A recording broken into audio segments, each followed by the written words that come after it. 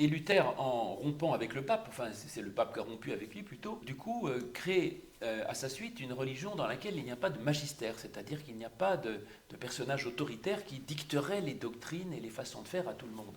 Mais comme il n'y a pas de magistère, ça laisse une grande liberté à chaque croyant et du coup on perd l'unité de l'Église, si je pourrais dire, enfin en tout cas l'unité doctrinale, parce que l'Église elle est quand même unie bon, dans la foi en Jésus-Christ. Et ça a entraîné évidemment une grande diversité dans les églises protestantes. Et aujourd'hui encore, il y a une très grande diversité d'églises protestantes entre les luthériens, les calvinistes, les baptistes, les pentecôtistes, les adventistes ou autres. Il y a des tas de sortes d'églises. Et déjà à l'époque, il y avait de grands débats. Luther et Calvin n'étaient pas les seuls réformateurs. Il y en avait d'autres qui discutaient avec eux et ils n'étaient pas tous d'accord entre eux, autrement dit. Et il y avait soit des gens comme Luther et Calvin qui étaient pour une réforme, je dirais, correcte, qui consistait à essayer de voir l'écriture et d'ajuster l'Église à quelque chose qui soit conforme à l'écriture.